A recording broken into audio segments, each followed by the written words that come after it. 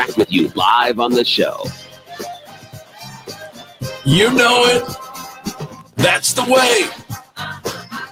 We know you like it. Welcome back to the Experience Pros Radio Show, home of positive business talk. It is positive business talk, and you might think you like it this way, but a radical change in the way managers think about their leadership behaviors and qualities, a leadership mind switch, if you will, is needed in order to be ready for tomorrow. Moving at the pace of the past is not going to work effectively anymore, says our next guest, especially when leading across different generations and styles. She says good leaders have to be more agile and enlightened than their predecessors, and they have to operate with transparency and tenacity.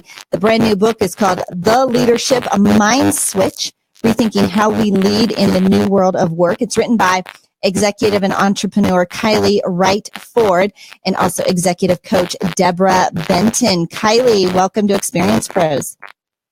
Thank you. It's a pleasure to be here. Kylie, it's very nice to have you along with us. Let's start our questionnaire with this. With the various workforce generations, we have the boomers, the Xers, the millennials, and the Z. I'm not sure where the Ys fall in, but is it possible to do a leadership style that addresses all of them? That's a great question. So, first of all, I think we're all starting to pick up on each other's leadership styles, which is starting to cause both friction and excitement. What I mean by that is there are characteristics that each of us have within us that fall into the stereotype of boomer. For example, you may like to stay at a company for all of your career, but you might like social media. You might have a small attention span, or you might like to freestyle, all within one career. The beautiful thing about leading now and being in the workforce now is that everything is open to you. It's just a question of defining how you're going to interact with all of the others to make your career successful. So there's not one leadership style that will work across all generations, but for the first time, we'll have 4 generations all interacting together. So we need to be open-minded, uber communicative, embrace social, while also respecting that wisdom and human judgment are going to be differentiated in the smart machine age. Well, and, we've already seen major shifts. If we think about, like, for example, how what the workforce was like for my dad and how his boss treated him. And, there weren't a whole lot of questions asked. And it was I wouldn't say there was a lot of transparency or authenticity really built into it. It was just pretty bossy. And now just, 1 or 2 generations later, we've swung that pendulum into being really philanthropic and community minded and thinking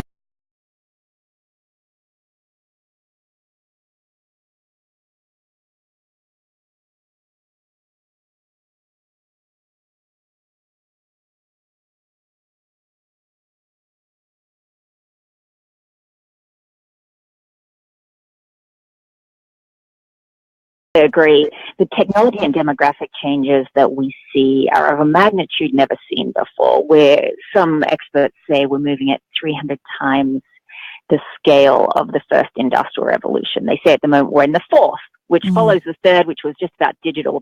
But now we have digital, and then we have physical, and then we have biological. If you think about your Fitbit as an example of what's to come, not only in our personal space, but the professional space where machines and humans are interacting. Then you've got the generations and styles, but then you've also got the interactivity with machines. And you're so right, things have really moved. The command and control style of leadership people are still reading about and trying to use. It doesn't work with the rising generations. They want to understand the why, not just the wash. Sure. And one of the most controversial kind of, or sort of provocative traits we talk about in the book is being a playful leader. And we don't mean that in a frivolous way of like free snacks and slippery slides into the canteen for lunch. We mean it in terms of being likable, being easy to get along with, being open to new ideas, and actually just embracing all the excitement that is around instead of trying to control it. It's funny when you talk about being playful and embracing all the excitement that's around.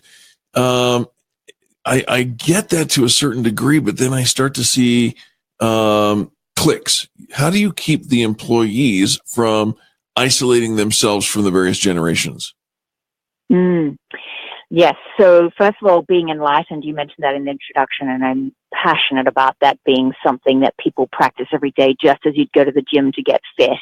Being enlightened, most people will think they're enlightened. If we did a straw poll now of an audience around us, people would say they're enlightened.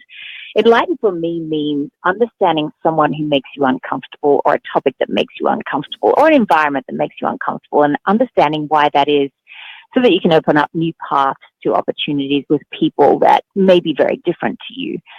And a classic place where I think workforces really need to up the ante on their ability to integrate across generations, genders, leadership styles, and cultures is in the hiring process.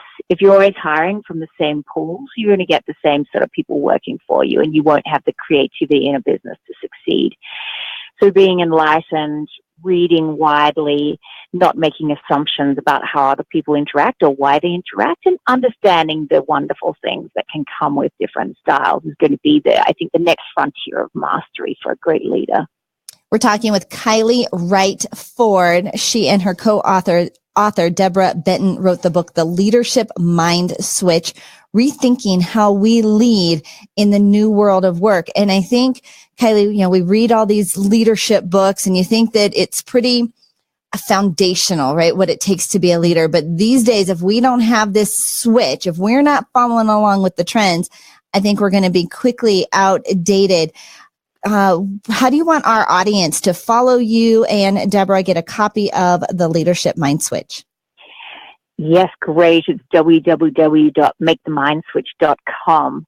And that will lead you to both our personal website, but also, a little bit about the book, and otherwise on Instagram and other social places that we are. But we really welcome it. We think it's an exciting time to be in leadership, but we think that people really need to make a dramatic change in the way that they're doing things instead of reading books about people how I used to do it. Yeah, absolutely. The website is makethemindswitch.com, makethemindswitch.com. Kylie, final word of wisdom for our audience today?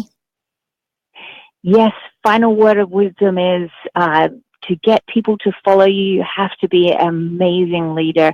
And it's going to be more competitive than ever. So just think really hard about it. 54 million freelancers are now out there, and opting out of traditional workforces and being able to engage with them in new ways is super important as well. Absolutely. Kylie Wright Ford, thank you for joining us here on the Experience Pros Radio Show. We're grateful for your time. Thank you. Absolutely. Bye-bye.